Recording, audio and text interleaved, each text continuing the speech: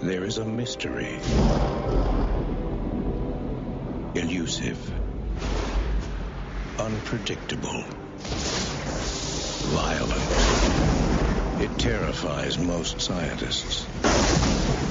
But for a new breed, the challenge is saving lives. The research is deadly. The laboratory is nature itself. And potentially could be a storm that has a winds in excess. Let's assume the worst at this point. Joe! Bill! It's coming! Everybody underground now! Joe, come on! Get underground! Take cover right now!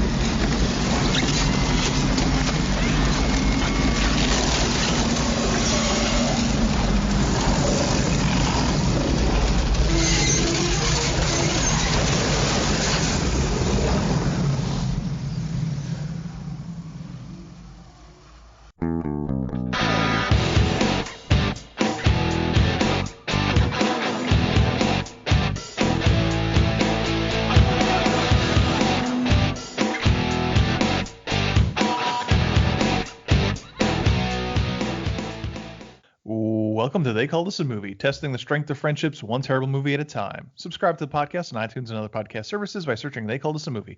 We are part of the Main Damie Network. To find more from us, check out the website at themaindamie.com or on Twitter, Facebook, and Instagram at The Main Damie, where we are also now a proud member of Geek Vibes Nation. You can find them at gvnation.com. Welcome back to They Called Us a Movie. This is Anthony Delvecchio, and with me as always is Dan Aquino and Mark Meyer. Say hello, gentlemen. Hey, everyone. Yeah.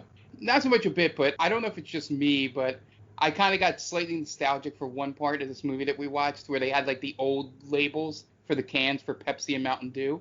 And it was just like, oh, that's right. That's what they used to look like. I just find it interesting, which will go into something that I'll talk about shortly, of just seeing how long ago these product changes happen and like not even realizing it's been that long.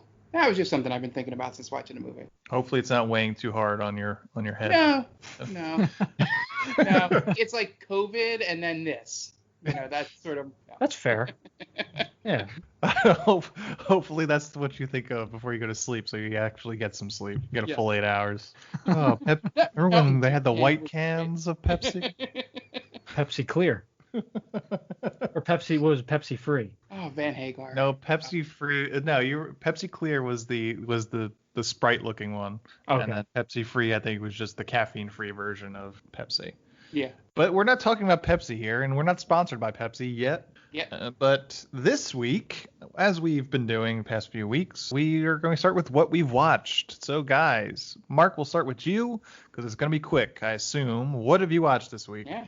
It's actually, I held one thing back that I actually watched this week. I took into the phenomenon and watched Hamilton. Ooh. Okay. I watched 10 minutes of it, and then my wife looked at me and said, I'm not into this. And I'm like, okay. And then we turned it off and watched something else. I really liked it. I actually watched it twice. First time I watched it through, as I do with all movies and everything we do, I watch it through with the subtitles because of the hearing disability I do have, just to make sure I was getting everything correct. And I loved it so much in terms of just seeing the production while looking up and down from the subtitles. So I watched it through a second time without subtitles on and was more blown away by just the way they use the set, because it's just one set there and they have like a rotating floor in there, and just the way they just make it feel. You don't notice that it's just one continuous set the whole time, and they do some really cool things in that musical. If you're not really into the music or the theme or anything like that, it's an easy bounce off in that first song. But I am one that enjoys American history I enjoy weird takes on music and things like that. So I was in for the long haul, also just to be able to make sure I at least gave it its fair due for the full 2 hours and 50 minutes or something. Damn, it's that long? I didn't even realize. Yeah. So it's split up into 2 acts, and Act 1 is much better than Act 2, even though Act 2 has my favorite character in it. To be honest, I loved a lot more of the other cast members that were not Lin-Manuel Miranda. You know, he's really good, but the other people just, I remembered them more and were more excited when they came on stage. But if you like musicals, which I have a tangential sort of thing with, because my grandma loves them, my sister loves them, so Turner Classic is on a lot in my house and has been for years. So if you like that, if you are a fan of hip-hop or rap and just want to see it used in a different way, all the criticisms about it are valid that have come out. Is a play that was made in 2015, completely different climate than we have now in terms of how you look at the Founding Fathers. It gets a lot of historical stuff wrong anyway, but that's more so because he needed to build a story. So there's a lot of Hamilton and Burr stuff. It doesn't really happen, but they needed to have a hero-villain sort of thing, because that's one of the few things everybody knows about Hamilton, is that famous Got Milk commercial. Sure. With the Aaron Burr. I believe that Got Milk commercial stars a person that is in this movie. Oh, wow. That we watched this week, yeah. Someone very famous directed that ad. Was it Michael Bay? Yeah, someone big directed it. We'll have to look it up. Just from a production standpoint, I was blown away. It's just really well done. I had heard that the biggest historical inaccuracies was that they didn't really dance and sing all that much back then. That's true. But that's the only thing I heard. Yeah. Oh, that's another cool thing about play. But it is like not one continuous song, but there's no real speaking parts of the play. I think there's like a few lines. It's worth it if you've had any interest in it. You will know immediately in the first song or two whether you're in or not.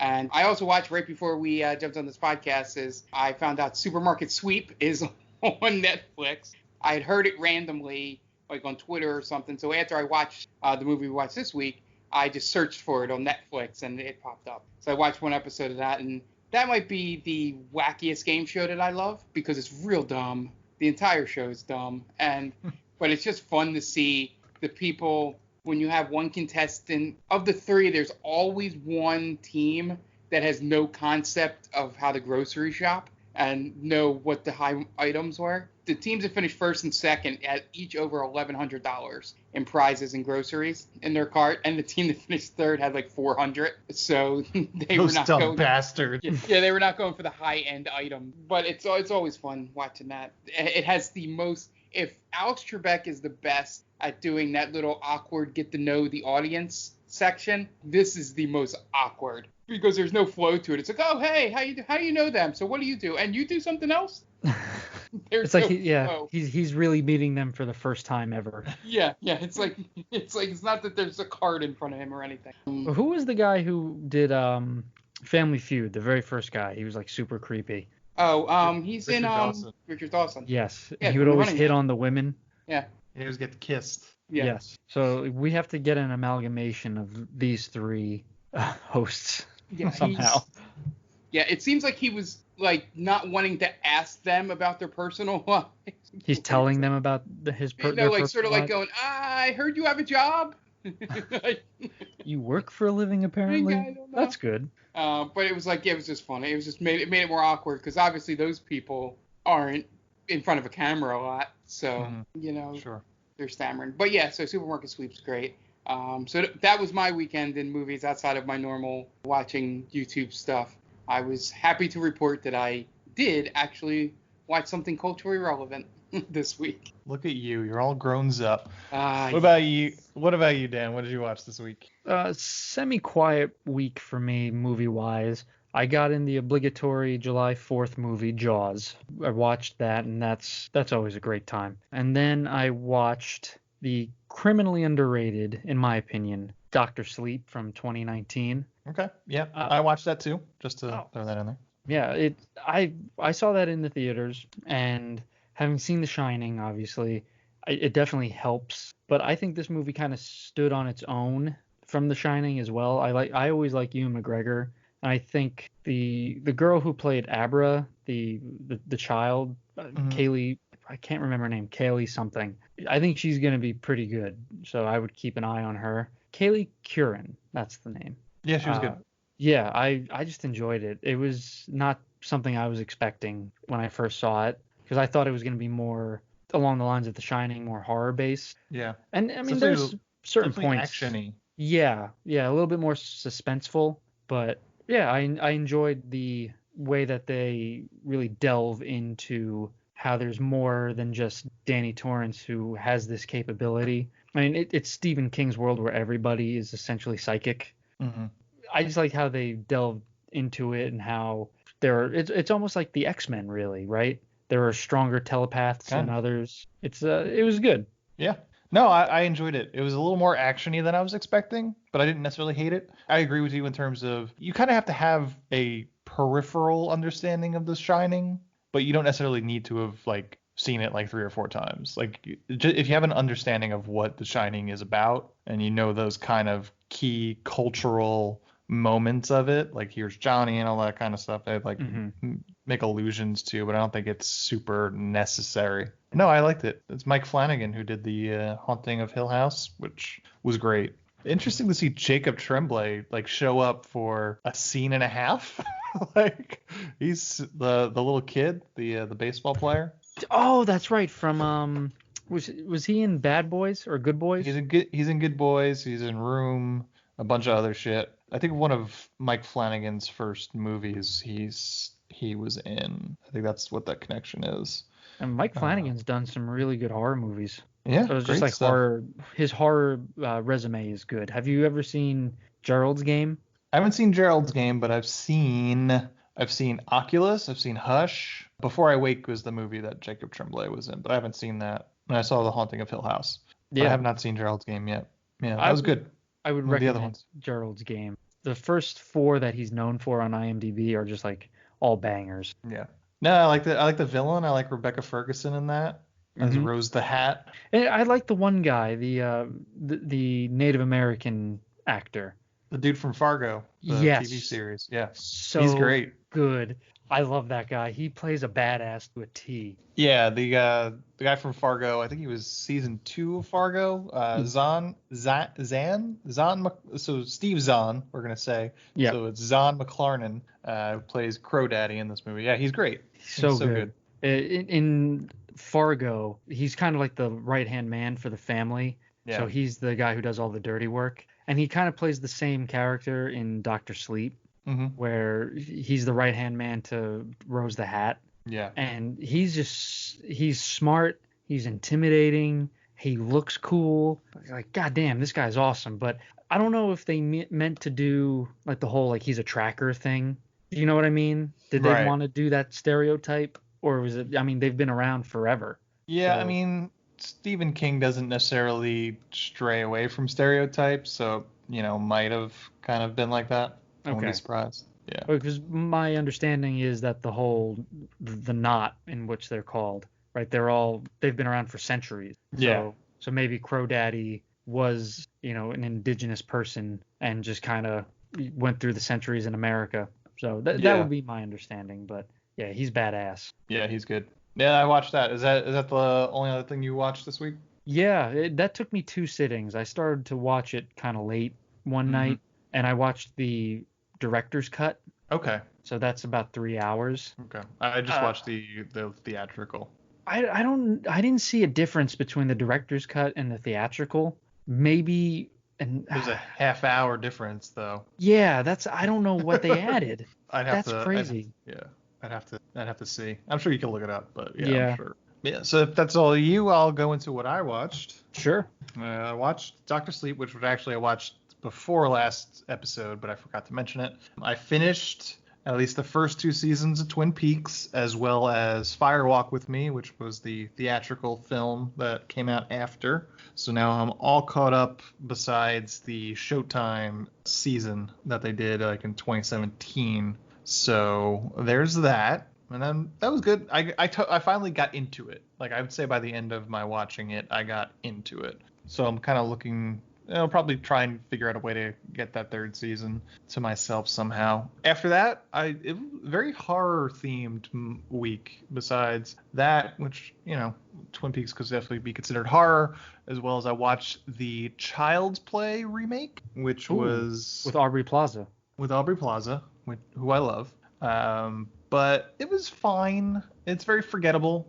Mm-hmm. It was weird. They make Chucky out to be like a sympathetic villain. Yeah, I didn't hate that. I thought I didn't dislike the fact that they were kind of like, well, he's learning these kind of he's got the best of intentions, but he's fucking it up because isn't understanding what he's doing. I thought that was an interesting. They make Chucky into a stage 5 clinger. Yeah, he's definitely a stage 5 clinger.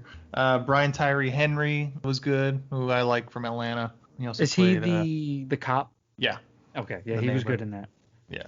So I watched that, and then I watched Crawl, the alligator movie, which was decent. Yeah, I liked it. It was very kind of under the radar movie that came out last year. Surprised I didn't wind up going to see that in the theaters, but that's Barry Pepper, right? Barry Pepper showing up in a movie. Yeah, I haven't seen him in forever. Yeah, it was a good role. It was he and I don't know the daughter's name, but she plays the college swimmer. Yeah. It was good. It was it had a nice little undertone of family in there. Yeah, it's a very simple story. Exactly. No, it was enjoyable. I liked it. And I think that is it. I feel like there's something else, but just I've watched through I Think You Should Leave again for like the 6th time because I could watch that series in one sitting and it just makes me laugh every time. It's so stupid, but it just gets me every time. That series, I don't get it. Like, I do get it, but I don't get it.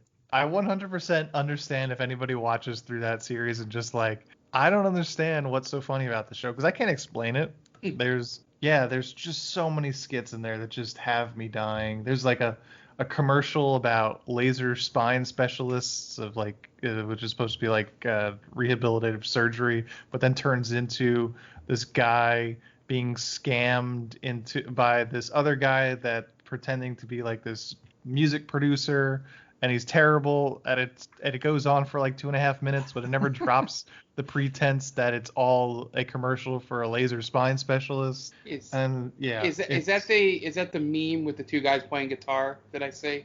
No, it's not. That's another one that's super weird too. Okay. No. But yeah, the only one that I remember is the car. Was it the focus group? The focus group on the car. That was pretty funny.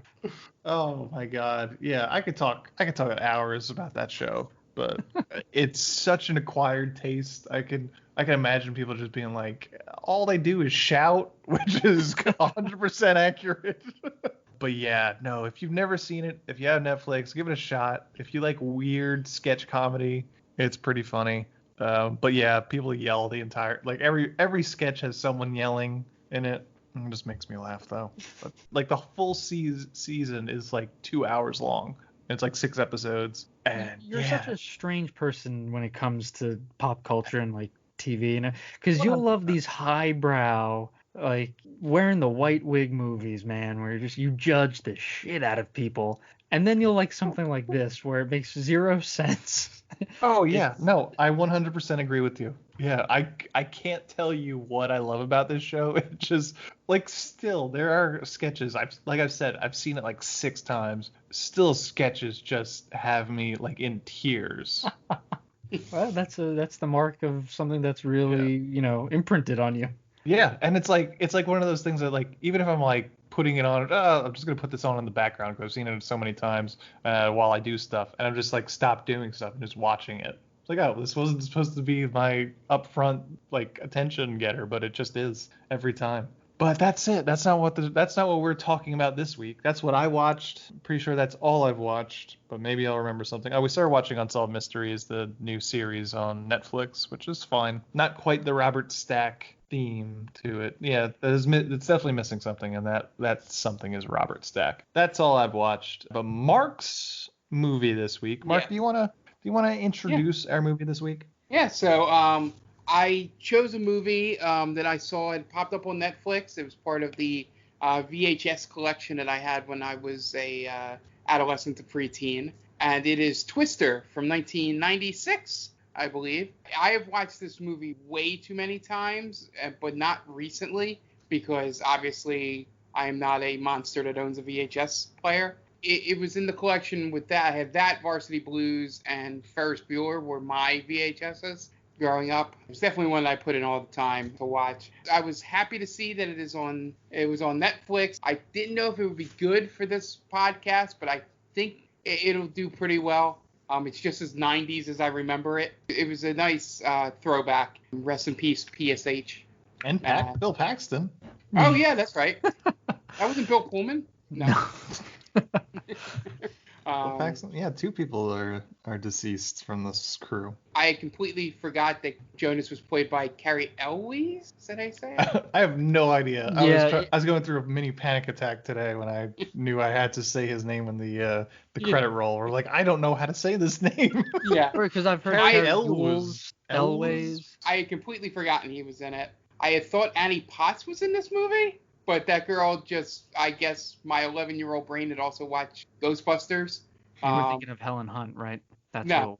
who it was. Oh, okay. So close. Yeah, so that girl was just a character actor that was in that. Yeah, it's a fun movie. I think there's a lot to pick apart in it. It's not the classic I thought it was when I was 11, 12 years old. It's definitely one of those movies that if it was still on basic cable, or I still watched basic cable, that I would just leave on if it was on there. Okay, yeah. Twister from 96, directed by Jan de Bon, as director of Speed, Speed 2, Cruise Control, The Haunting, and he made his name more as a cinematographer for movies such as Die Hard, The Hunt for Red October, Flatliners, Basic Instinct, Lethal Weapon 3, among others.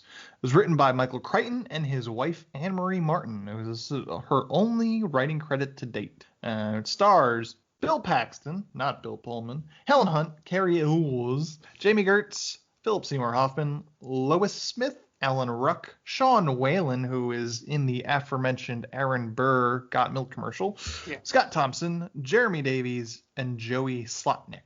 IMDb score of 6.4 and a Rotten Tomatoes score of 57%. Budget of $92 million. Box office $242 million. Second highest grossing film in 1996. Behind Independence Day. Okay. So we had Mark's take on Twister. Dan, where are you coming from with Twister? This movie still holds up, man. I love this. I've always enjoyed the campiness and like the schlocky acting. It's not going to win any awards, we were saying prior to recording, but it'll always have a place in my heart. I love Bill Paxton. God rest his soul. He could do a different range of acting, and I just loved it. One of the only two people to be killed by a Terminator, a Predator, and an alien. I don't know if you know that. Do you know who the other person is? Danny Glover. Lance Henriksen. Okay. Come on, guys. I mean, this is big stuff. Yeah.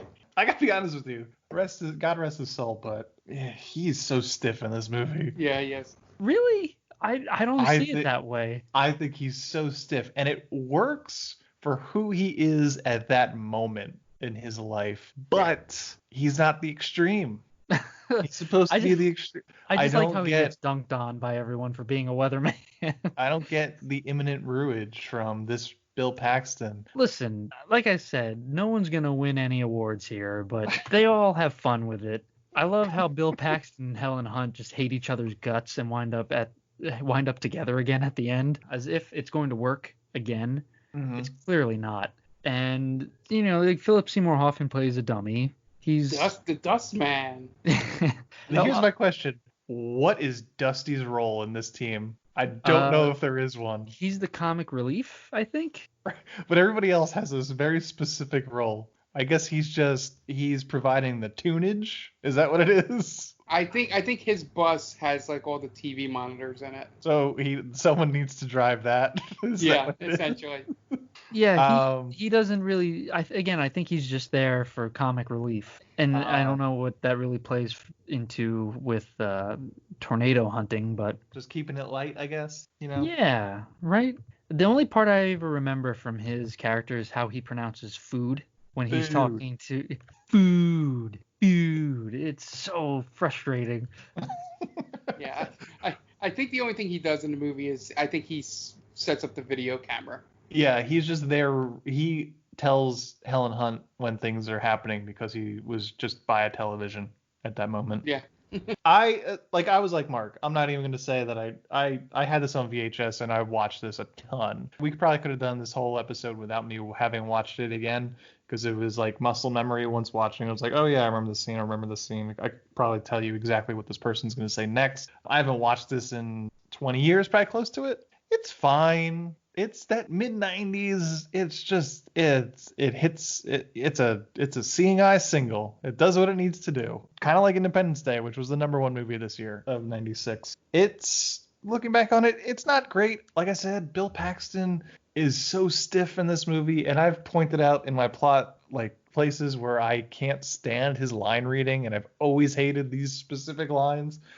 I don't get the chemistry with Bill Paxton or Helen Hunt in this role, in either roles. It's also that like contrived thing where like two people are divorced, but it's like, oh, well, why are they divorced? Why don't they get along? It was like, oh, well, one had commitment issues. And then like we don't really see any of the problems that would have led to their divorce within it. Obviously, they're mad at each other, and that's just supposed to do. It's like, well, you guys were storm chasers. Like if they gave him like, they have that whole story and when he was the Extreme, when they first met him, when he was drunk as a skunk and he throws the Jack Daniels bottle. So it's like that could have been a part of his character. It's like, oh well, I was drunk the entire time when we were storm chasing, and I felt like I had to get clean, so I had to get away from this whole situation. That makes a lot of sense. Just the, oh well, you couldn't commit, and then, well, you didn't know how to be a wife, blah blah blah. Like this is generic. I don't know why we need these two to have gotten divorced, but we'll just have something very contrived in it. Like, and then, because it said so in the script. You're the one looking for the longer, grittier reboot then. I just need a reason. Like I was self-destructive back then and I needed to get out and I just had to leave. That could have been it. Now I'm clean and sober and now I'm a stiff and I'm boring and I've got a bunch of guys that I think could have been better in this role just because the Extreme he's supposed to be putting on airs, right? That's his whole arc is that he gets away from this storm hunting stuff and he tries to be someone that he's not, who is a weatherman.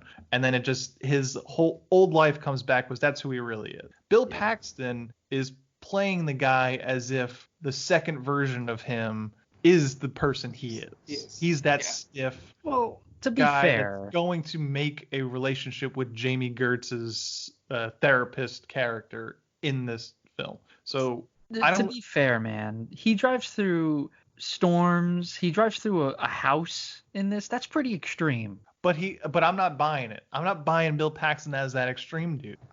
But you can see how much he loves chasing tornadoes. That's the extreme part. I'm telling you, I'm not getting that. Oh, I'm getting what? Bill Paxton is nailing the weatherman for me, but he's not nailing the extreme. I don't know how much more extreme you can get. He's having houses thrust into his way. Oh, he could have totally stopped and went around the house.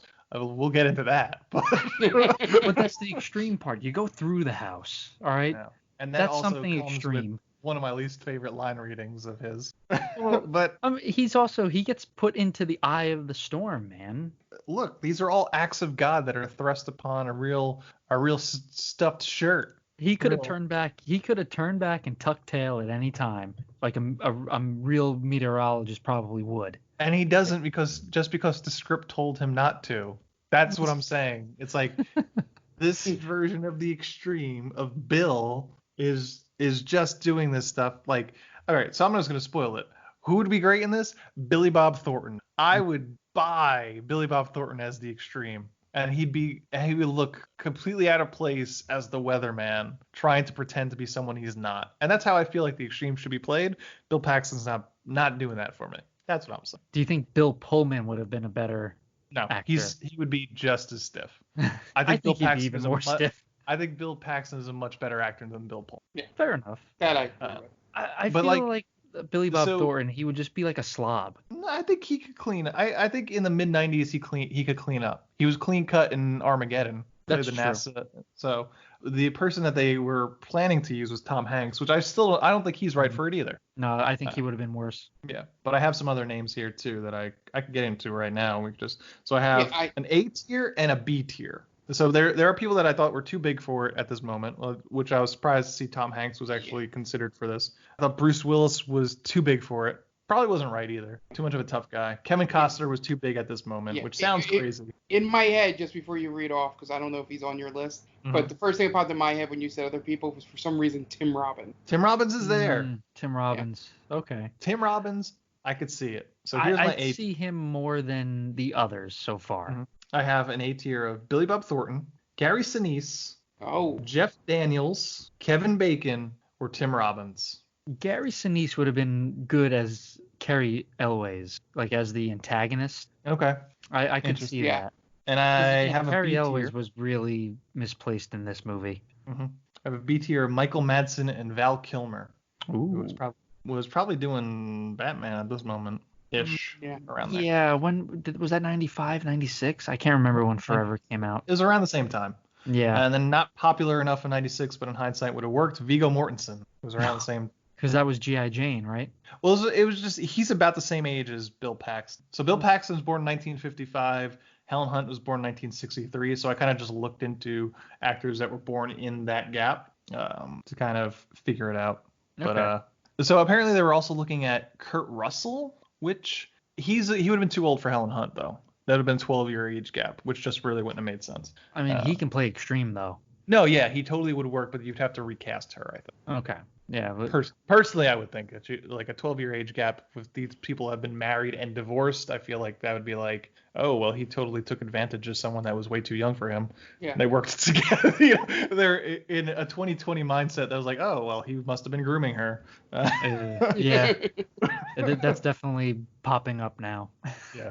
I mean, even the 8-year age difference is, but. I mean, they felt like they worked. Helen Hunt's she's kind of a tomboy in this movie, so she kind of, has that older mind. She seems older than, I think she was like 33 so yeah. They kind of met in the middle, it felt like. But yeah, it's fine. I think Philip Seymour Hoffman's kind of annoying in this. Like, he's a good actor, and you could tell he's a good actor in this movie, but he's annoying. Yeah, I agree. I think they wasted. There's a few actors who are wasted, and Philip Seymour Hoffman is definitely one of them. You got Cameron from Ferris Bueller's Day Off, just reading maps. Yeah. There you go. What was Philip Seymour Hoffman in prior to this? Because this came out, 96 we said?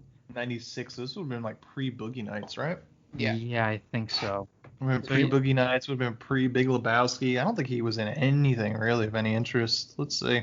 Nobody's Fool. When a Man Loves a Woman. Man, nothing really sticking out. Scent of a Woman was 92, but he was pretty young. Yeah. He was in an episode of Law and Order. There you go. That's pretty much it. Yeah. Well, this was like his big breakout role, I would assume. Yeah, and then Boogie Nights really got him in. Yeah. Okay, so yeah, pre-Boogie Nights, this makes sense then. He would have to play the annoying douchebag. Yeah, exactly.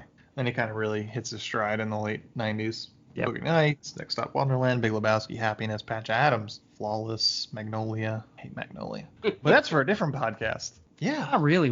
We usually talk about movies we don't like on here. Yeah, it's true. So maybe one day we'll do Magnolia. Don't spoil my next choice, guys. Yeah. That violates the length of film rule that I'm going to impose. That movie's over 3 hours long. That's a rule I wholeheartedly agree with, by the way. So a lot of the times your totalitarianism kind of irks me, but this I'm with 100%. Oh yeah. All I'm hearing is that we're not doing the Snyder Cut. 100% we're not touching the Snyder Cut. I don't care if it's the best movie ever made. Yeah. We're not reviewing the Snyder Cut. We don't need death threats in our life. Well, we could use a little bit of that here and there. Yeah, maybe. Right? Spice it up a bit. Get some heat. Yeah, get some heat. Right. You guys want to get to the plot? Yeah, why not? Yeah, all right. Dan, what do you got for us? All right. So, our good friend Tia, if you listened to the podcast before, you've heard me talk about her all the time. She is a part of Geek Vibes Nation. She's a good friend of the podcast. She has her own podcast called The Top 10 with Tia. It's a weekly podcast where her and her friends get together and they discuss top 10 lists. So top 10 directors, top 10 Marvel villains, you name it, they've probably done it so far. Go give them a look. Again, she's a very good friend of ours. She's a great person. She deserves your patronage. Is that a thing for podcast patronage? Yeah, sure. Why not? All right, there you go. All right, we're going to be right back. But before we do, we're going to stop and listen to some friends of the podcast. So we will be right back. Hey, this is Ken M. Padawan J. Coach Duffy. from the Ocho Duro Parlay Hour podcast. Every week, the ODPH is talking sports, movies, TV, comics, and more. It's always a parlay of topics on each episode. You can find the ODPH on Apple Podcasts, Google Podcasts, iHeartRadio, Spotify, Stitcher, Podbean, and wherever you find great podcasts, such as the one you're listening to right now. Don't forget to check out OchoDuroParlayHour.com, where you can find the links to all of the ODPH social media accounts, links to the bands whose music you hear each week on the show, hashtag 607 podcast info, and parlay points, our companion blog section of the show. Thanks for listening to the ODPH. Now get back to your regularly scheduled podcast. Welcome, travelers. Seems like you're looking for a story. Well, I got one for you. It involves adventure, friendship, and all sorts of... Earl, why don't you tell him about that time I stole that big-ass melon? Yeah, I was going for more... Or you could tell him about the time I kicked your ass, Earl. I wouldn't ever tell them. Do I need to get my ref gear on? Okay, everyone, shut up. Now come with me as I tell you a story from afar. Hey everybody, my name's David. I'm the DM for From Afar Podcast. From Afar Podcast is all about four friends separated by distance but brought together by adventure. Hope you all stop by and give us a listen. Thanks. And welcome back. And now it's time to get into the plot for Twister. We open in Oklahoma in June 1964 as a massive thunderstorm rolls in at a farmhouse. A family watches the news as it reports a tornado warning. For some reason, the family is very casually sitting in their house as apocalyptic lightning happens outside. I know my ass would be already in that storm cellar while this is all happening, but their small child is sleeping upstairs. Eventually, they move their ass to the storm cellar, which is apparently like 100 yards away from the house. Is that a thing? I meant to look that up. It was like if storm cellars were that far, but You would think that they would be attached to the house. yeah, I mean, exactly, or at least like nearby.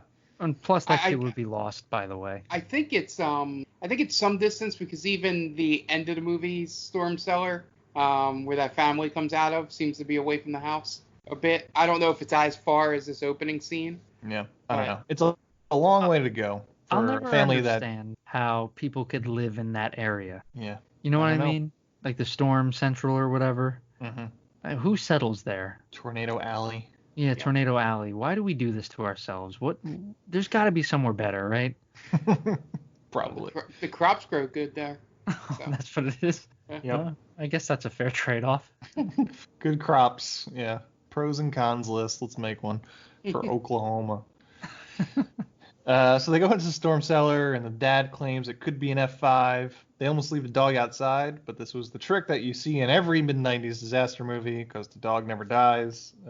He even pulled this shit in Speed 2 Cruise Control. We see you, Jan de Bon. And then, for some reason, the dad tries desperately to hold the door shut, which doesn't work, and he gets sucked up right into the tornado. It's pretty great. And But then literally the dog, the little girl, and the mom are perfectly fine without the door. So talk about wasted effort on the dad's part. yeah, he gets sucked up in that tornado and spit out in West Canaan, Texas. I wish they would have had, like, what is it, the Wilhelm scream? The Wilhelm scream, yeah. That would have been great. I'm ignoring the Varsity Blues reference from Mark. We're just going to move on.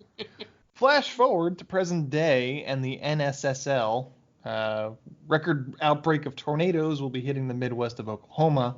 And we cut to sweeping country landscapes as we meet Bill and Melissa as they go to meet up with Joe, Bill's estranged wife. And we meet Joe and her team of storm chasers getting ready to go chasing. Everyone is really excited to see Bill, especially Dusty, played by Philip Seymour Hoffman. Dusty keeps calling Bill the Extreme, which, as mentioned, Bill Paxton's horribly miscast for the role of a former crazy weather chaser. Bill eventually makes his... Oh, go ahead. I was going to say, my favorite part of this whole section is that the entire crew knows Bill better than Bill knows Bill. And it's sort of like, hey, welcome back. Glad to see you're back. And he's just like, I'm not back. Wouldn't it be great if they had the wrong Bill? They keep saying that Bill is this extreme guy, and he's like, I'm really not that Bill. Like, no, you're Bill. No, I'm telling you, I am not that Bill. I've never met you people in my life. That'd be weird. Yeah, I would like that. That's what you would like. That's what would make this movie better for you. Yeah, and it turns out to be like a psychological kind of movie. They've gaslit Helen Hunt's character the entire time. Right. Like, oh, that's right, Joe. Yeah, Bill. You were never married, Joe. Right. That'd be great. And she really died in the Twister back in 1964. Yeah. So Bill eventually makes his way over to Joe, who tries to avoid him as much as possible. He's there to pick up her signed divorce papers. She avoids it, prepping for their storm chasing. And Bill tells her that he's getting married to Melissa, who she calls Melinda because she's a bitch. Joe hands over the papers, and it turns out she, quote-unquote, forgot to sign one of the pages. Then he says, you forgot one of these, you got to sign. So she says, oh, I have to read it now. She's just being really difficult. And he came all that way. And then she says the reason she made him come all this way for her to pick up the papers was because of Dorothy. I guess the mislead was supposed to be, you would think that Dorothy was a daughter, but it's not. It's an instrument package meant to study the inside of a tornado. It's basically a fancy garbage can with sensor balls inside. It's supposed to get sucked up into the tornado and then release all these sensor balls so they could track what's inside the funnel. The hope for Dorothy would be able to increase the preparedness time for tornado from 3 minutes to 15 minutes. That would be pretty extreme, Aunt, if he was a deadbeat dad. That would be, right? What about our daughter, Bill? I told you I have bigger plans in life. I can't be tied down to Dorothy. Yeah. It would be great if when they went to Meg's house and he comes down from a shower, it was like you could just see that he's got like a back tattoo that just says the extreme on it. Yeah, he should have had some like stunner shades or whatever. Frosted tips. I'd want to see a movie about the extreme, not this. Sure. Extreme, not the Weatherman version of the extreme. Well, we got to get the prequel. The Twister prequel. Yeah. I don't know what you call it. The extreme. Twister the 2, Extreme. The extreme. Yeah. All right. Yeah. Let's do it. It's the sequel that everyone's clamoring for. To be honest, I'm kind of surprised there hasn't been something to do with Twister. Yeah. A prequel or a sequel, even a direct-to-video sequel. See, he's not the right age for it. The perfect person to play the extreme nowadays would be Timothy Olyphant, but he can't play the young extreme. They do kind of look similar. Yeah, but he'd be great. I would believe Timothy Olyphant as the extreme because he's got like that edge to him. Yeah, it always looks like he's about to snap at any second. Exactly. Yeah. Yeah, that's a good point. I'll give you that one. So they get a reading that a tornado is nearby, so the team sets up to chase it. Bill plans to let them go ahead without them, but Joe never signed the papers in full, so he's forced to follow them, just putting people in danger because she's petty. Yeah. While they drive, they come across another team led by Jonas, played by Cary Elwes, a former colleague of Joe and Bill's, who worked at the same lab as they did. Now Jonas has corporate sponsors and fancy gadgets, so it's basically Rocky IV. Yeah, he's sold out. Jonas sold out, man. They got look at all these fancy gadgets versus look at all these, homegrown, supplies cobbling and everything. things together, just like Rocky versus Ivan Drago. Like, who would have thought that there was an underground like weather? Yeah. Is this a job match? or is this a hobby? Or are these people getting paid? Well, that's why I figured. Are they getting grants? I think it's grants, because I was gonna say I figured that's why Bill wanted to leave to become a weatherman so he could get paid, right? Everyone else is just kind of living off the kindness of strangers here. But he's anti. So the storm chasing business has gotten too corporate because he even says about Jonas, he's in it for the money, not the science. God, that makes me want to puke. It's like, how much money is in it? Come on. Right. Yeah. Like, was this guy a millionaire all of a sudden? Yeah.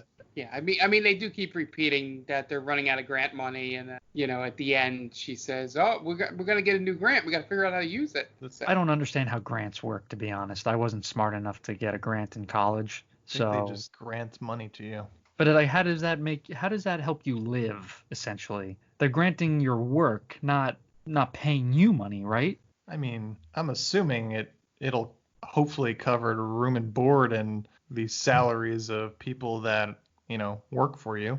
Who do you think sponsors Cary Elwes' character in this? Boeing, maybe? Oh, okay. I was going to say... Lockheed Martin. That would make more sense, right? NASA? Do they Yeah. sponsor people? I think so. Right, I don't know. I think Boeing's a good call. I was hoping you would say something silly, Ant. Like, like Doritos or something. Because we're going extreme, right? So Sure. Yeah. No. I don't know. They don't come off as extreme. No. Well, the Extremes team is sponsored by Pepsi, apparently. As Yeah. we find that later in the movie. And nowadays it would be Monster Energy. Yeah. Also, I feel like Cary Elwes is when he was cast as Jonas, they told him he was gonna have to give like a Midwestern accent, and he just totally forgot the day of shooting. He's like, oh shit, I have to do an accent, and just kind of like, yep, that sounds good, okay, and just rolled with it because it's really distracting whenever he's on camera. His accent is incredibly distracting. It's bad. It's not great. Cary Elwes has never been great at doing any American accents. But they keep insisting that he plays an American. Yeah, he could have just easily been British, right? In this movie. Yeah. Right. Yeah. There's no reason to portray him as anything other than British. Yeah, he's over here on a work visa because he's a storm chaser. Apparently. Right. Yeah, you're gonna tell me that America is the only place that chases storms? Nope. I think other countries have storms. Yeah, maybe. I assume so. But it seems like a very super American thing. It seems very American. But Yeah, that's a good gotta point. be, right? Or when's the last time you heard of the UK getting hit by a tornado? Yeah, man, that's a good question. Well, there you go. I'm thinking it's more to the point that Americans would think of the idea of we got to go drive at that tornado and not away from it to safety. So you think Brits make fun of us for that? These Yanks and their guns and storm chasing? Yeah, sure. They're so extreme. But he could be like, he could come over here for university, as the Brits would say, and then he gets, wants to be just generic weather, and then he just gets enamored with the idea of chasing storms. He doesn't need to be like, well, I need to learn about tornadoes so I can bring it back to the UK. Well, now this is something that we explore in Twister 2, The Extreme. Or I guess you can't have a spin-off movie. You can't have. Well, because right. You can't have a Jonas sequel movie. Yeah, or like a crossover comic or something like that. Yeah. I guess you could do like also a prequel, but it's Jonas, And my name is Jonas or something like that. Right. That'd be the opening song. Yeah. Right. I dig it. I love it. Yeah. So as they come upon Jonas's convoy, one of the convoy runs Bill off the road and he blows a tire, which is probably a crime, that they just let go. They stop to get the tire fixed, and Bill spots Jonas showing off his version of Dorothy, which is called Dot. He basically just lifted their invention. So Bill and Jonas get into a scuffle over the stolen design, and their respective teams have to break it up. I love how Bill was between knocking the hat off and punching Cary Elwes' character when he approaches him. Mm-hmm. He sort of just slaps him on the top of the head. Yeah, that's an ultimate disrespect move, by the way. You slap someone's hat off. Yeah. Yeah. I've had it done many times to me. That's why I know. Oh yeah, this happens to you a lot. Oh, it happened to me constantly. Whenever I wore a hat, I was always in fear of it being knocked off. That's the Instagram post right there.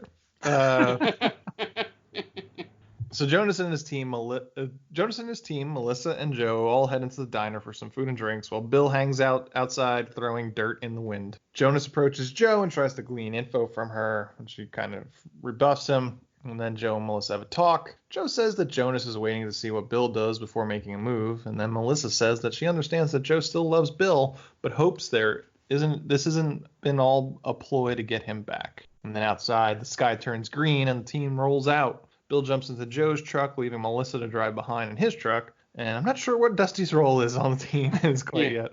Well, it's kind of explaining that, or was it Joe that said it? It was gave Bill a new nickname, that he's the human barometer.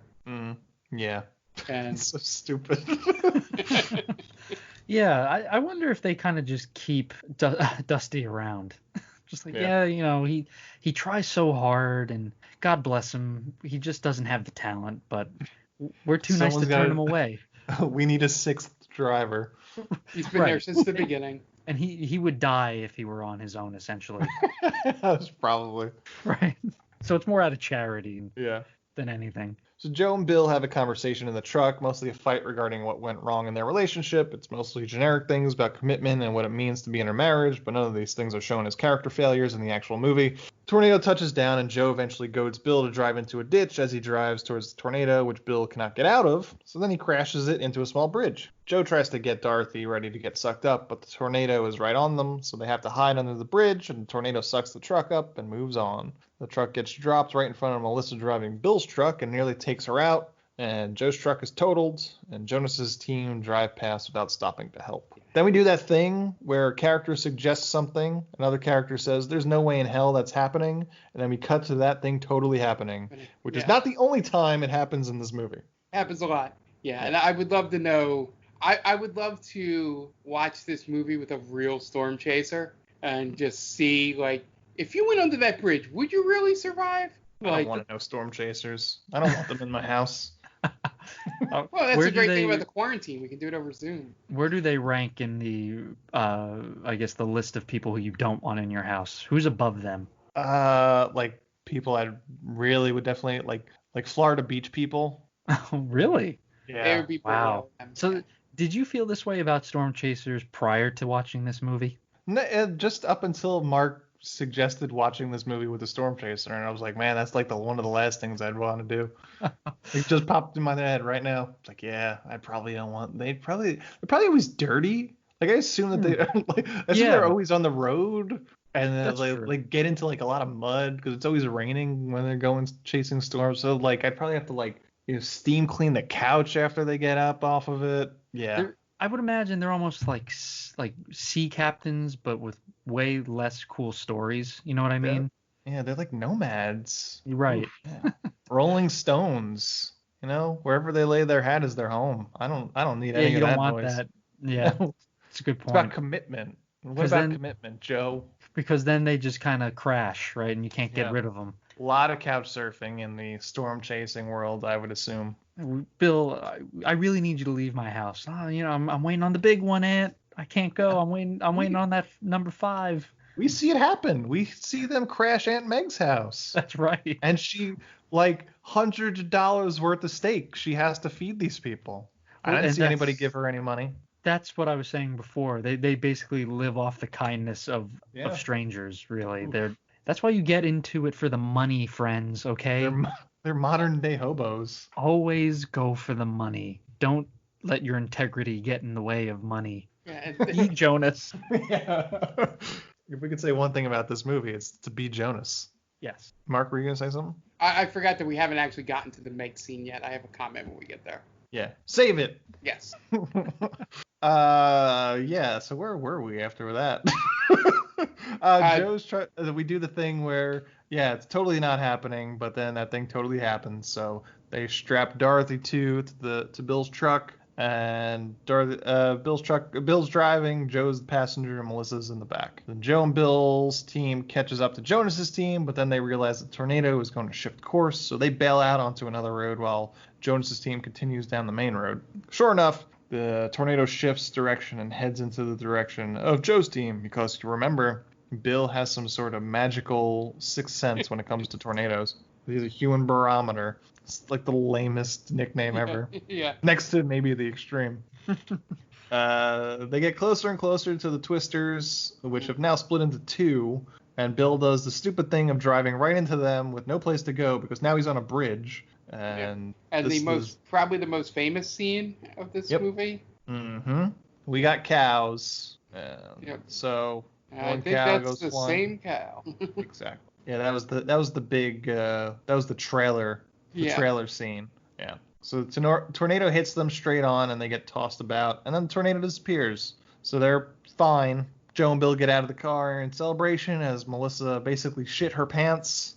And this is severe endangerment of Melissa throughout this entire movie. Yeah. Whose only crimes seem to be she's not Joe and she's wearing a pantsuit. The team celebrate and mention that they're not too far from Joe's aunt's house in Wakita, and they want to bombard her with people so she'll cook food for them. And then Joe does the thing again and says there's no way that they're going to her aunt's house, and then they do. Yeah. Aunt Meg cooks up some steak and eggs, which look delicious. Yeah. But Melissa, go ahead. I two things I thought were going to happen in the scene, and I don't remember if the one does happen or I thought it was going to be a whole thing where Melissa was going to be vegetarian or vegan, you know, as they just kept throwing the meat and stuff on her plate, and she was just looking at it. That was my next note. I said Melissa reacts to steak like she's a vegetarian, but it's never mentioned if that's the case. Yeah, and the non-joke about where the steaks came from, which I didn't get. You know, whether she was joke, he's like, hey, where'd you get all these steaks? He's like, oh, did you see my cows outside? And that's the joke is that no, you don't see any cows because that's the cow right there.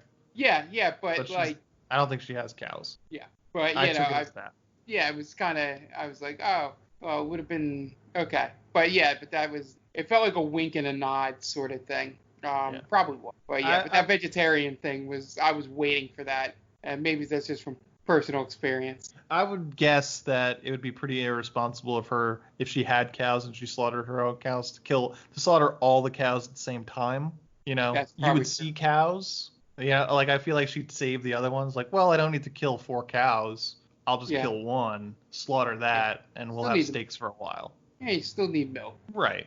I just think it's irresponsible to not have a backup cow. Yeah. For situations like this. That's like the first rule of cow owning. Yeah. Always have another one. Cow. What if Joe's team of storm chasing hobos comes in and they need steaks? Well, I just slaughtered my last cow and I didn't replace it. What an idiot I am. Yeah. So, Mark, this is stuff you got to learn if you're gonna own a house in Oklahoma. That's my dream. How'd you know? My dream is to own a place that's near a holler. So so Melissa reacts to the steak like she's a vegetarian, but it's never mentioned. And then they watch an interview on TV with Jonas, and they all scoff at him. And Dusty says he's going to rue the day he goes up against the extreme. Imminent rueage. So this transitions into a story about a drunk Bill getting out of his car naked and throwing a Jack Daniels bottle at a tornado. And this story is much more believable with Billy Bob Thornton as Bill. I get to see Billy Bob Thornton doing that, like in real life. Yeah, real life Billy Bob Thornton throwing a Jack Daniels tornado. Absolutely. So then they explain the Vegeta scale, and Melissa asks how many of them have seen an F5, and they say that only one of them has seen a F5. Meaning Joe. Of God. Finger of God, meaning Joe when the storm sucked up her dad. I don't know why that's funny to me. It just is. Well, they have such like reverence for it, you know, like the F5. It's almost like someone mentioned Voldemort, essentially. Sure. We don't talk about the F5. Everybody stops what they're doing. Right. Anybody seen an F5? What? Well, it's not What's this question. Right. Like, how dare you, young lady? No one talks about that. Well, no one. She didn't know. She didn't. If Joe wasn't too busy being a total jerk to her, maybe they could have talked and she could have figured this out. Yeah. But no. Now she looks like a jerk. Is it safe to say we're Team Melissa? Oh, she's the smartest person in this movie by far. We stan Dr. Melissa Reeves. Absolutely. So Joe has a moment with her aunt as they talk about her feelings for Bill, and the team rushes out to chase the next storm. And here's one thing, especially about Melissa: why wouldn't they just suggest Melissa stay at Joe's house, at Meg's house at this moment? Right, you have unlimited stakes. Well, just like, you know what, Melissa, it's getting kind of dangerous, and we're just gonna go chase another storm. Why don't you hang out here with Meg? Have a nice talk. She seems like a very lovely person. She's got an awesome dog named Mose. You know, we'll be back. We won't put you in harm's way again. And really, Bill Paxton should have stayed as well. It should really, like, this movie should have just been like, I need you to sign this paper. I will as soon as I get back from chasing storms. Sounds good. I'll see you at what's her name's house? Meg. I'll see you at Meg's house. Sounds good. End of the movie. And that was his original plan until she revealed Dorothy. It's kind of manipulative. Yeah. Like super manipulative of her to do that. But yeah, so then he's like, I'm going to give you to the end of today, and then I'm gone. But that doesn't even happen either. I think it's like 24 hours, I think this movie really is, right? Yeah. I think It's so. only one night, but then it ends by the next morning. Yeah, I think he's completely in once, Melissa leaves and all that. Then that Yeah. whole I'm only here for a day thing doesn't matter anymore. Right, but that is still the first day. Yeah. When that happened. So they head off going through some dirt roads and cornfields, and Bill then has to wire Joe as if she needs a lapel mic. It was a moment of physical contact completely contrived and pointless. Never happens again, and she's never wearing a lapel mic again. I guess it's supposed to set up that she's going to say everything over the radio for later, but eventually the team makes its way back to the main road just as Jonas's convoy is driving past, almost causing an accident. As they're driving, Bill looks to the sky and says, "We got to get off of this road," which is one of my least favorite line readings in this movie. They turn off the road and then they lose track of the tornado, but then they eventually figure out that they're just about to drive into it. They get some hail and the team pulls over to set up as Bill and Joe drive closer. Bill hops into the flatbed and starts turning on Dorothy. They stop the truck and try to get Dorothy prepared and off the truck. Tornado heads towards them and knocks power lines down. One of the poles knocks onto the truck and the tornado disappears. Dorothy is knocked off the truck. It spills all the sensors out. Team tries to figure out where it went, and then they think it's gone, but Bill says it's back building, and we know he's right because it growls like a lion. Second movie in a row where they just use lion sound effects. And Bill puts Joe back in the truck, and despite her protests, and basically drives over Dorothy. They get out of the way of the tornado. Then Joe has a speech about her vendetta against tornadoes, as if Joe is the Quint of this movie. She's the Brody. She's right. No, she's Quint. I thought it would be Mrs. Brody in Jaws: The Revenge talking about how Shark is just hunting the Brody family. Yes, it's kind of both because the tornadoes in this aren't searching out for Joe. Joe's searching for the shark, essentially. That's a good point. Yeah, you're right. Mrs. Brody goes down to the Caribbean and the shark follows. That would be something. Joe goes to the Caribbean and the tornado hits her. What's that tornado? This tornado is just making a beeline right for the Caribbean, from Oklahoma to the Caribbean. Just a swath of destruction across the United States. Line. It can't be stopped. I watched everything at it. They try nuking it. Oh, I 100% think there is an Asylum movie about a nuclear tornado. Guaranteed. I'm not even joking about that. It is probably just named Nuclear Tornado. Absolutely. It's not even clever. Yeah. So she has a speech about her vendetta. Bill tells her to get over her dead dad and look at what she has, which is him, which isn't true because he left her. Melissa hears all of this over the radio. Look what you have in front of you, Joe, at least for another 24 hours. Yeah, Melissa at this point is when she starts becoming the only adult in the movie. Right. Yep. Yeah. So she hears all this over the radio. Then the team finds a motel / rest stop / drive-in theater to stop for the night. Melissa spends the time in the motel contemplating her relationship. And Joe signs the divorce papers, and Bill talks to Joe about maybe the whole Dorothy system is too light. Suddenly, the TVs start to flicker, and Bill and Joe know something's up. Joe's team. So this is one thing. Joe's team has about 7 different people who have never stopped researching and looking at Doppler radar and weather patterns this whole time, and somehow a tornado sneaks up on them. They're always surprised. Always. It's on top of them when they finally realize it. Yeah, that's definitely not how twisters work. They don't just spring up without some type of warning. The tornado you least expect the surprises. Yeah, that's true. Yeah. This tornado's sneak level is at 100. It's like that. It's the Skyrim meme. Yeah. Sneak maxed out. So Dusty comes running up to Bill and he says, "It's coming right for us." And then Bill says, "It's already here." It's my second least favorite line reading. Bill Son of a bitch. That is a classic line, and I will not allow you to besmirch that. I hate it. I hate it so much. I thought that was going to be your worst line. It's so good. It's so 90s. So I kind of did this in the order that they happened, but yeah, that might be my least favorite one. I can't agree with that. That's part of my childhood, man. That line, "It's already here." That's prime trailer. That's like the perfect trailer line. It's already here, and it's read to perfection. Yeah, I hate it.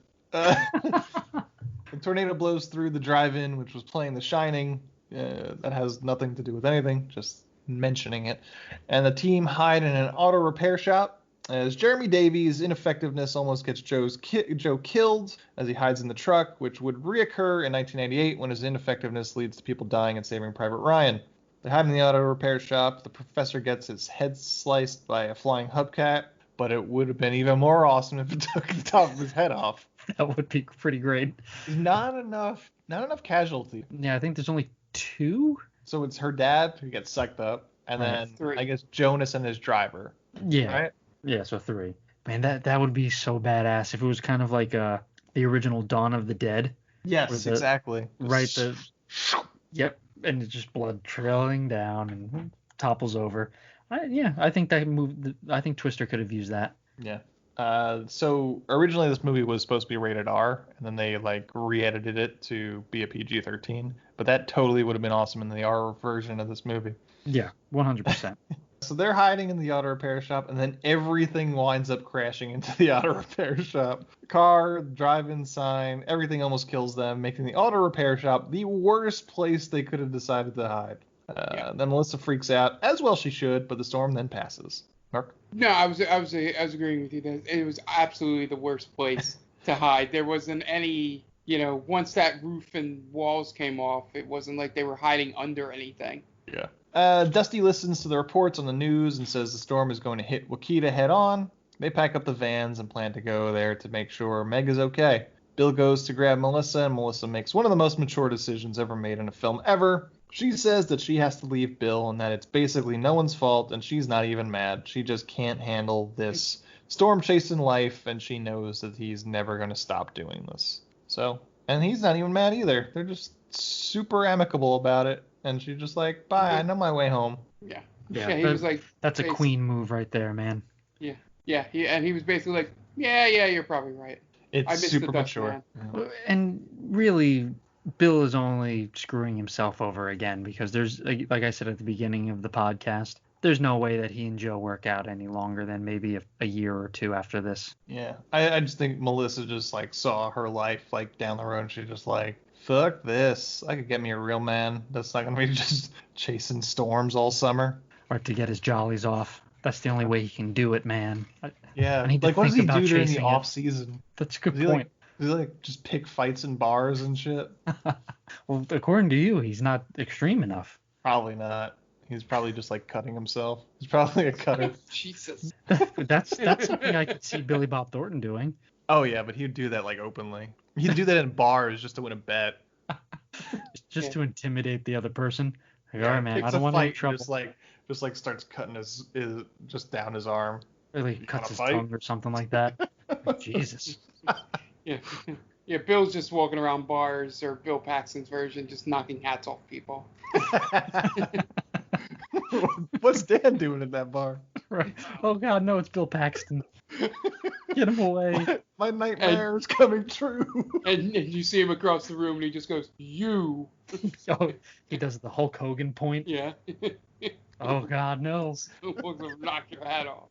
I just grab my head and run for the door. Not today, Bill. So the team drives to the Wakita, which takes about an hour, and Wakita has been destroyed by the tornado.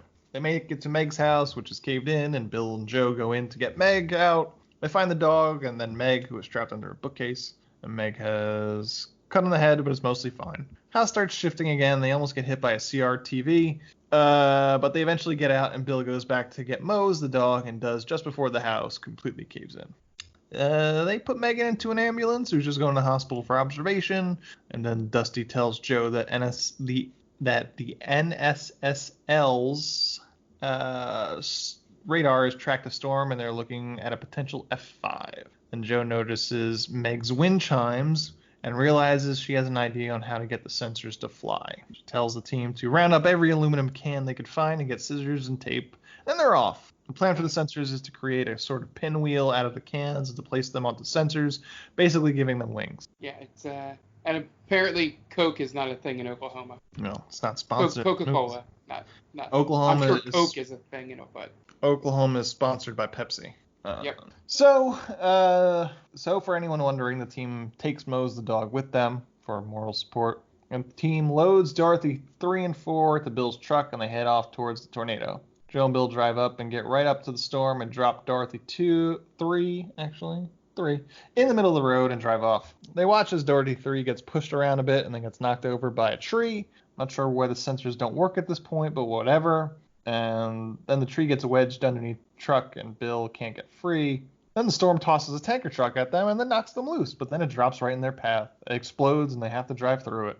They now have one Dorothy left and continue chasing the storm. Jonas's team is in the vicinity and they hear them on the radio. They try to tell him the dot is going to be too light and he ignores them. Then they try to tell him he's going to drive right into the storm and get killed, and he shuts off his radio and he gets killed by debris through the windshield.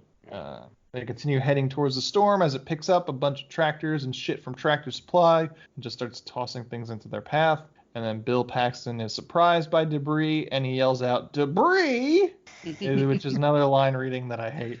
I'll give you that one. That was pretty bad. Then they drive through a house, and then Bill Paxton says, "I think we're going in." And it was another line I hate. Well, that's just fun. That's just good old-fashioned fun. I am completely shocked that at no point during this whole scene there wasn't, a sighting of a sheep to just have them stop short going, "Sheep!" at any point. They should have had an old woman flying through at one point. That would have been, or at least you get the call back to Wizard of Oz. There you go. Yep. But he probably could have braked and went around probably. So, yeah. He didn't really have to drive through that house. Anyway. Well, agree to disagree. Anyway, they drive through a cornfield and set the cruise control and send Bill's truck and Dorothy 4 at the storm, which takes the whole thing up, and the sensors immediately takes readings that get sent back to the crew. Well, then the tornado shifts course and heads straight for Bill and Joe, who now have to outrun a tornado. They manage to do it. They run through a cornfield and make it to a barn, which this barn is full of farm tools, which are not ideal in a tornado, like scythes, axes, saws, etc. So they run out of it, which is for the best because the barn gets fucking destroyed, and they run to a smaller shed. But yeah, I was gonna say the only thing, not that there's probably a million things we can mock science-wise in this movie, but I don't know if people are faster than a tornado on foot. They're not even running that fast because they're running through a cornfield. Yeah. But that is like, there is no fucking way these two people are outrunning this tornado. I could believe the truck when they're driving away from it. Yeah, sure. No. Yeah. They run to a smaller shed where they tie themselves to some pipes with some belts, and it works for some reason. Everything gets destroyed but the belts and the pipe. Bill and Joe then have a playful fight about who's doing what now that they're probably going to be millionaires, I suppose, and then they make out. The team shows up blaring Van Halen, and that's basically it. Go ahead, Mark. Yeah, I was going to say, and apparently during that whole belt thing, they didn't get hit by any debris in the tornado. No, they did not. They are perfectly fine. But that's it. That's the end of the movie. Yeah. It is the exact movie you remember from the 90s. I didn't realize it was as long as it was. It's just about 2 hours, right? Yeah. Yep. 2 hours and like 2 minutes or something like that. But it's an easy 2 hours. Yeah, I think it goes by pretty quick. Yeah. I thought it was about 15 minutes longer than it probably needed to be, or I'm not needed to be, what I thought it was. Would you make this longer, Mark? No. No, but I thought it turned out to be longer than I thought it was. I thought it was about an hour 45. It's 20 minutes shorter than Independence Day, which came out the same year, so that's a thing. Yeah. Can't believe that movie was 2 hours and 25 minutes. Well, listen, Bill, if you're listening wherever you are, we hope you get good reception. I apologize for my co-hosts just trashing you, and I think you were great in this movie. You were a big part of my childhood. And I will defend your honor anytime, even if you knock my hat off. Right? You're my guy, Bill. All right, great. Do you guys have anything that would make this movie better? I like the idea, maybe not making this movie better, but making the prequel of how Bill was the extreme and how he came into contact with Jonas, if Jonas were actually British, as he should be. Yeah. Maybe they come up with Dorothy, or Bill and Joe and Jonas kind of come up with it, and he kind of pulls the old Mark Zuckerberg to their Winklevoss twins with Facebook. That would be pretty cool to see how they kind of hate each other. and then watch Bill Paxton just tumble into a drunk stupor. Yeah, I think that's how I would just pull a sequel out of this. My thing is 3 casting changes. We've discussed one in length. I would definitely replace Bill Paxton. And for some reason, like I said, and he was on your list too, and Tim Robbins was the first one that jumped into my head. Because they look similar, really. Yeah. Bill Paxton and Tim Robbins. But I would believe Tim Robbins is the extreme more. For some reason, I would flip Alan Ruck, right? That's Cameron from Ferris Bueller. Yeah. I'd flip him and Philip Seymour Hoffman's characters for some reason. Okay. I think if you're going to have Dusty have, the role in the lines he has, I feel like he could probably pull it off a little better. Interesting. I actually thought I hated that character and what he has to do, but I thought he was good in it. Yeah. If that makes any sense. Yeah, I feel that the couple of scenes with the maps, I don't know, maybe it's me reading into, PSH's later stuff. I thought he would be, really good with the final, when they're doing the hurry, like you take 38 and you go to here at the end of the movie. I don't know. I for some reason I'd flip them. And then obviously you need a better actor to play Jonas, just because he's not villainy enough, if that's a word. For this movie. I think they write the character good enough for this type of movie to be a villain, but he doesn't ooze enough of that like smarminess that you would need from somebody that's stealing someone's design, So that would be it. Just a couple casting changes. I think the rest of me's fine in terms of just being a good popcorn movie. Okay. Yeah, I would just think about recasting Bill Paxton. And this is one of his bigger roles, but he's nailing the stiff meteorologist aspect of it, but I don't feel like that's right for the actual role that it is. But I mean, this movie is just silly. It's fine the way it, like, there's nothing specifically wrong with it. It's just it's that type of movie. So there's really nothing much else that I would change about it. It was that one of those VHS movies. It really, like, there's just an era of VHS movies, and this was one of them. I think everybody had Twister. Yeah. Probably a whole bunch. That's like one of those movies that just everybody had it. Yeah, I assume it's the same as with DVDs where everyone had Gladiator. Yeah, sure. Just because that was one of the first ones that took advantage of DVD. But yeah, that's what I thought. Everyone I knew had this movie, and we did some tape swapping where my one friend had ID4, and there was like a group of movies from this specific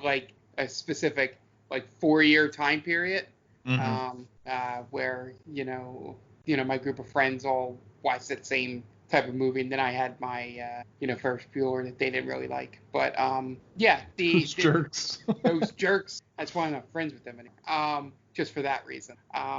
The thing I was going to say was, I wonder if you were. I've always been curious about the Helen Hunt character, in that this was right about when Mad About You was big. So I'm wondering if it was more she was sort of the star draw to the movie, and maybe you couldn't find someone better for her too. But again, I don't know. Casting dynamic. I'm not a big Helen Hunt fan. I think she fits this role, though, to be honest with you. Yeah.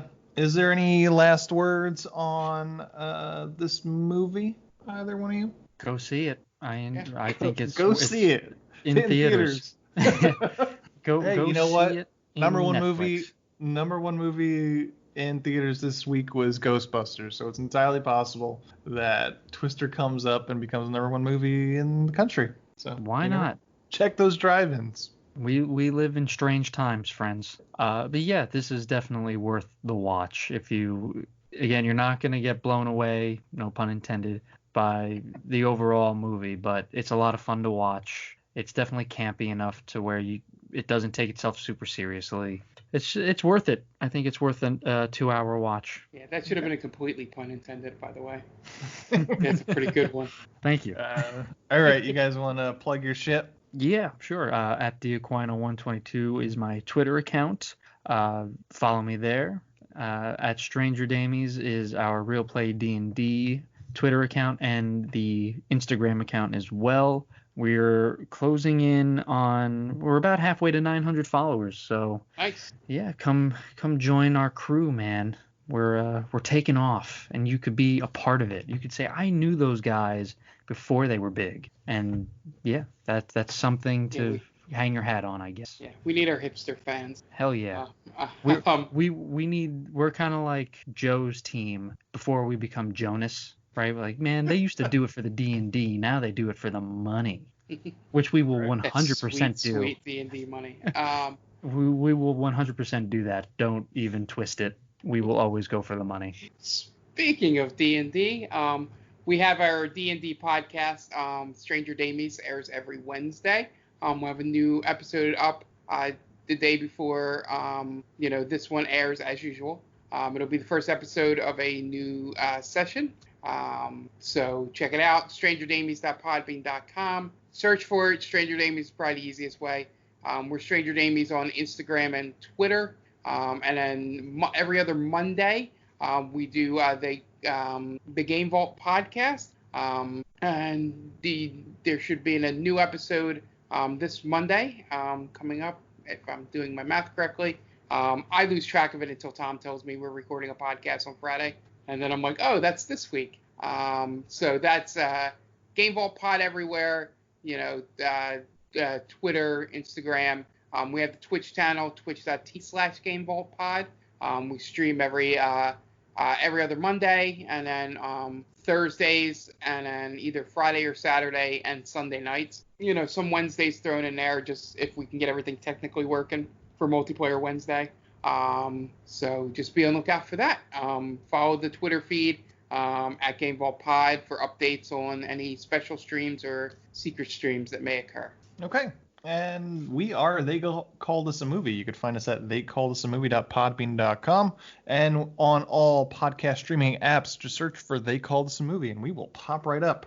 We are themaindamie.com. That's our main website, and we are on Twitter, Facebook, and Instagram at The Main Damie. So you just look for The Main Damie, and we'll pop up on any social media, or basically the ones I just mentioned, because I'm not on that TikTok. We are also proud member of Geek Vibes Nation. You can find them at gvnation.com on all social media platforms. Just look for Geek Vibes Nation and they'll pop right up. They got a bunch of great shows. We're just a couple of shows that they feature, but Top 10 with Tia, and then a whole bunch of other shows that once again, 3 weeks in, I still haven't made a list yet, but I will. Scene and Nerd. Geek Vibes Live. Geek Vibes Live. Look, Dan's got the plug. And yeah, so they got a bunch of great shows. Probably something that you're into. Just check them out on all podcast streaming apps. Just look for Geek Vibes Nation. And that's gonna wrap it up today. This movie is Twister from 1996, directed by Jan de Bont. So, for Dan Aquino and Mark Myers, this is Anthony LaVecchio telling Jan de Bont, well, you certainly made a movie, didn't you?